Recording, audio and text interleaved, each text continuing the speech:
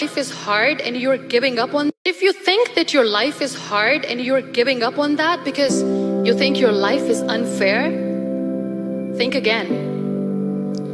I was 18 years old when I got married. I belonged to a very conservative family, a Baloch family, where good daughters never say no to their parents. My father wanted me to get married, and all I said was, if that makes you happy, I'll say yes. And of course, it was never a happy marriage. Just about after 2 years of getting married, about 9 years ago, I met a car accident. Somehow my husband fell asleep and the car fell in the ditch. He managed to jump out, saved himself. I'm happy for him. But I stayed inside the car and I sustained a lot of injuries. The list is a bit long. Radius ulna of my right arm were fractured. The wrist was fractured. Shoulder bone and collarbone were fractured. My whole rib cage got fractured. And because of the rib cage injury, lungs and liver were badly injured. But that injury that changed me and my life completely as a person and my perception towards living my life was the spine injury. 3 vertebrae of my backbone were completely crushed and I got paralyzed for the rest of my life. Many people came to rescue. They gave me CPR. They dragged me out of the car. And while they were dragging me out, I got the complete transection of my spinal cord. Those 2.5 months in the hospital were dreadful. I was at the verge of despair. One day, doctor came to me and he said, well, I heard that you wanted to be an artist, but you ended up being a housewife. I have a bad news for you. You won't be able to paint again. Next day, doctor came to me and said, your spine injury is so bad, you won't be able to walk again. I took a deep breath and I said, it's all right. Next day, doctor came to me and said, because of your spine injury and the fixation that you have in your back, you won't be able to give birth to a child again. That day, I was devastated.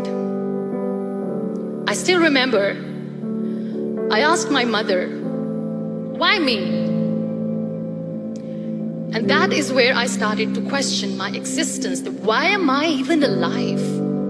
And that is where I realized that the words have the power to heal the soul. My mother said to me, this too shall pass. God has a greater plan for you. I don't know what it is, but He surely has. That day I decided that I'm going to fight my fears. So I wrote down one by one all those fears. And I decided that I'm going to overcome these fears one at a time. You know what was my biggest fear? Divorce. I couldn't stand this word. I was trying to cling on to this person who didn't want me anymore, but I said no. I have to make it work. But the day I decided that this is nothing but my fear, I liberated myself by setting him free.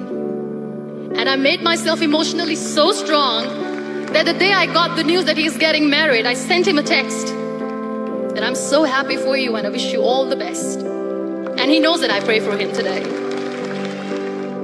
Number 2 was, I won't be able to be a mother again.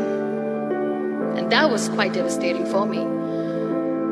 But then I realized there are so many children in the world, all they want is acceptance. So there is no point of crying, just go and adopt one. And that's what I did. 2 years later, I got this call from a very small city in Pakistan. I got a call and they said, are you muniba mazari? There is a baby boy and would you like to adopt?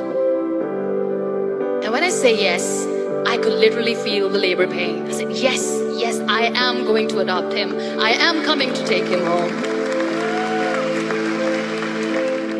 So when you accept yourself the way you are, the world recognizes you. It all starts from within. We have this amazing fantasy about life.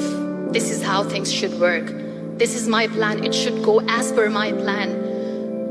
If that doesn't happen, we give up. I never wanted to be on the wheelchair. Never thought of being on the wheelchair.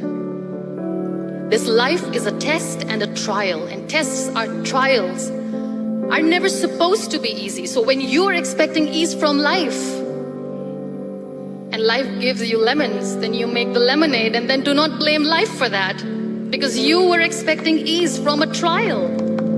Trials make you a stronger, better person. Life is a trial, and with time you realize that. It is okay to be scared. It is okay to cry. Everything is okay, but giving up should not be an option.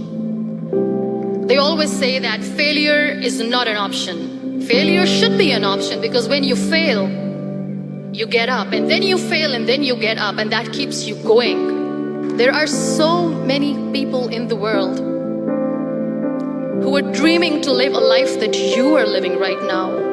People in the world who are dreaming to live a life that you are living right now. You have no idea. Embrace each and every breath that you are taking. Celebrate your life. Live it. Don't die before your death. Live your life fully.